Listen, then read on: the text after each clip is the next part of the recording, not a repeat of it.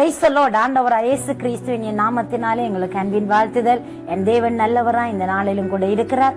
இந்த காலை நேரத்திலே நாங்கள் கர்த்தருடைய வார்த்தையை கேட்டு அவருடைய சத்தத்தினாலே சந்தோஷப்பட்டு நாங்கள் தேவனை நோக்கி பார்க்க போகிறோம். அவருடைய சத்தம் எங்களுக்கு எப்பவுமே பெரிய உற்சாகத்தை கொடுக்கிறது தான். இந்த உலகத்திலே பலவிதமான சத்தங்கள் உண்டு, பலவிதமான காரியங்கள் இருந்த போகிலும் நம்முடைய தேவனுடைய சத்தம் தான் நமக்கு உற்சாகத்தையும் சந்தோஷத்தையும் சமாதானத்தையும் கொடுக்கிறதா இருக்கிறது. இந்த நாளிலும் கூட நாங்கள் தேவனுடைய சமூகத்திலே லூக்கா எழுதின சுவிசேஷ புஸ்தகம் 1வது அதிகாரம் 13வது வசனத்திலிருந்து ஒரு காரியத்தை நாங்கள் தியானிக்க போகிறோம். 13ஆம் வசனம் சொல்கிறது, பயப்படாதே, உன் வேண்டுதல் கேட்கப்பட்டது அப்படி என்று.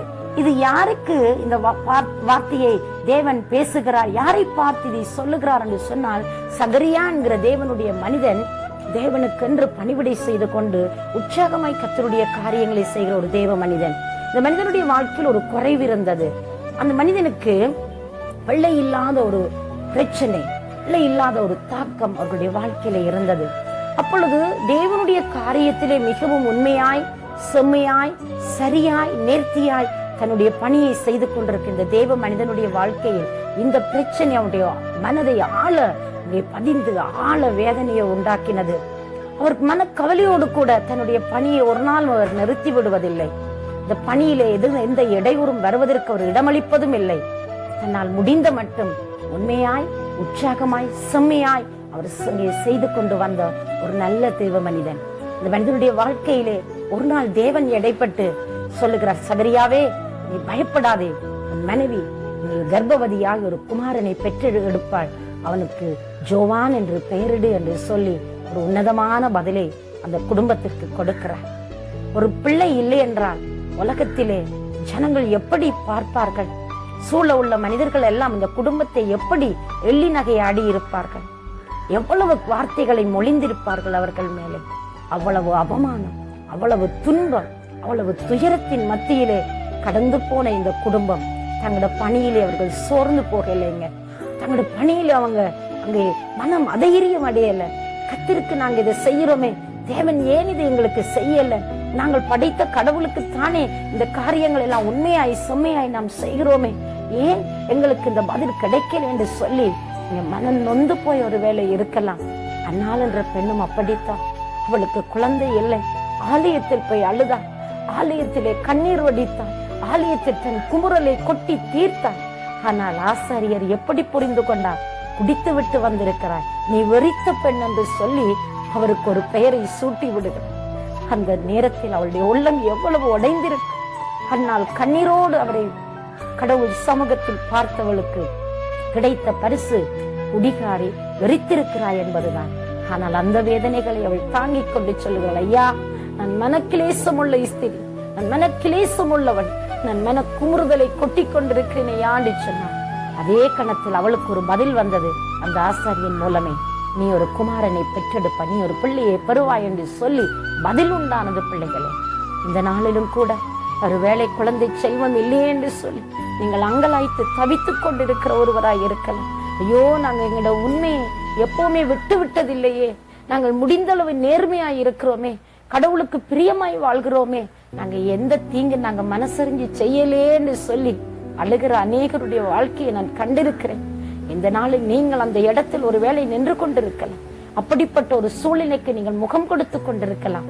எனக்கு அன்பானவர்களே, உங்களோட கண்ணீரை தெய்வம் காண்கிறார்.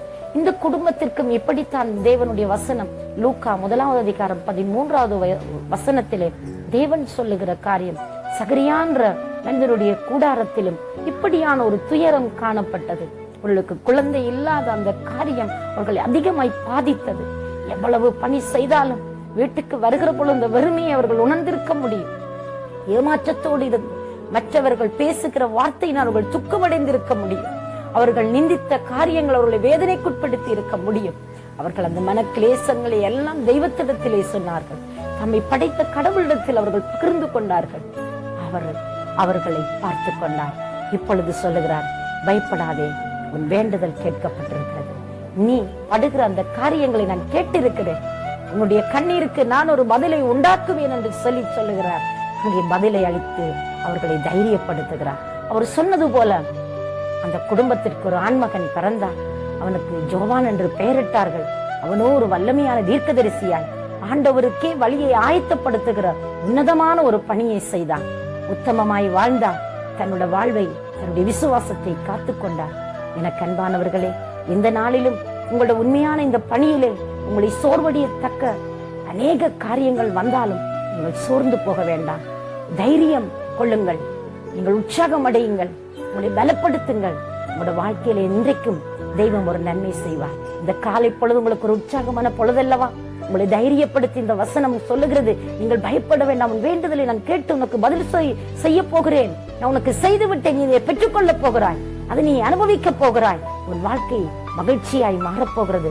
குழந்தை செல்வங்கள் இருக்கிற பொழுது அந்த வீடு கலகலவென்று இருக்கும். அங்கே துள்ளி குதிக்கிறதும் பாடலும் ஆடலும் ஓசைகளும் சின்ன குட்டி சண்டைகளும் அவர்களுடைய குளப்படிகளும் உங்களை மனமகிழ்ச்சிக்குள் வைத்திருக்கிறது அல்லவா?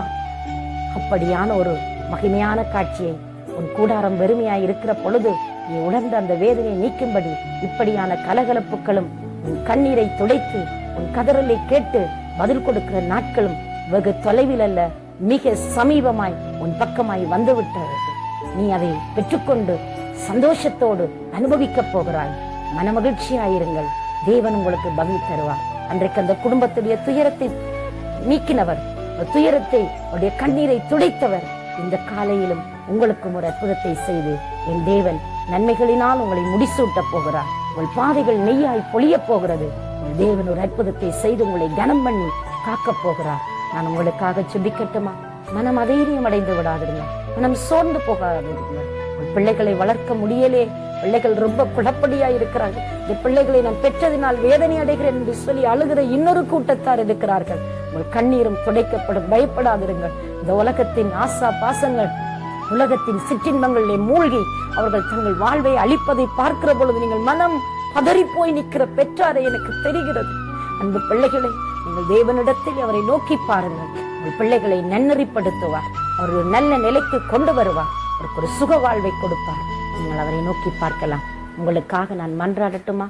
ஒரு கணம் நாங்கள் ஜெபம் பண்ணலாம். எங்களை நேசிக்கிற சர்வ வல்லமை உள்ள நல்ல ஆண்டவரே, இயேசு கிறிஸ்துவின் வல்லமுள்ள நாமத்தினால நாங்கள் ஜெபிக்கிறோம். தூய தேவனே, உடைய மக்களுடைய சூழ்நிலைக்கு ஏற்றாற்போல் உடைய வசனத்தை அனுப்பி நீங்கள் உயிர்ப்பிக்கிறவர். இந்த காலை பொழுது நம்முடைய பிள்ளைகளை உயிர்ப்பியும் மகிழ்ச்சி அடைய பண்ணும். வாழ்வை கனம் பண்ணும். காத்துக்கொள்ளும். உடைய கரங்களில் தந்து இயேசு கிறிஸ்துவின் வல்லமுள்ள நாமத்தில் தாழ்மையோடு ஜெபிக்கிறேன் ஜீவனுள்ள நல்ல பிதாவே. ஆமென். ஆமென். தேவன் தாமே உங்களை நிறைவாய் ஆசீர்வதிப்பாராக.